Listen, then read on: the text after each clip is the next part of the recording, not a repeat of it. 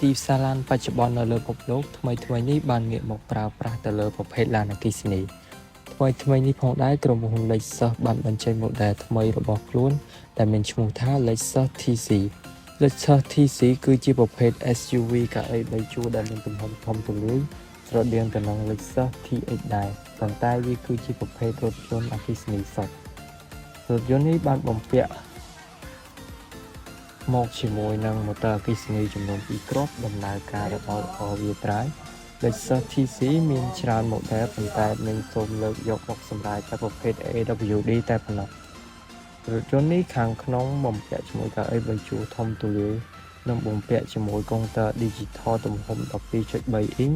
និងអេក្រង់កំសាន្តទំហំ 14 អ៊ីងនិងចង្កូតប្រភេទអគ្គិសនីដែលមិនចាំបាច់ជាប់ទៅនឹងកង់ផ្ទាល់នោះទេរថយន្តនេះផលិតកម្លាំងសេះប្រមាណជា227 horsepower និងកម្លាំងរមូល268 Newton meters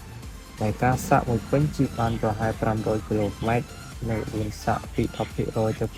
80% ចាយពេលខ្ទង់45នាទីនិងល្បឿនពី0ទៅ100គីឡូម៉ែត្រចាយពេលប្រហែល5វិនាទី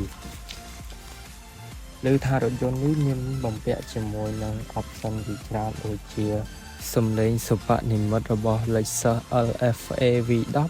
តែទោះបីជាយ៉ាងណាយើងរងចាំរថយន្តនេះចេញមកជាផ្លូវការទាំងអស់គ្នាបើសិនជាមានការអាប់ដេតថ្មី admin នឹង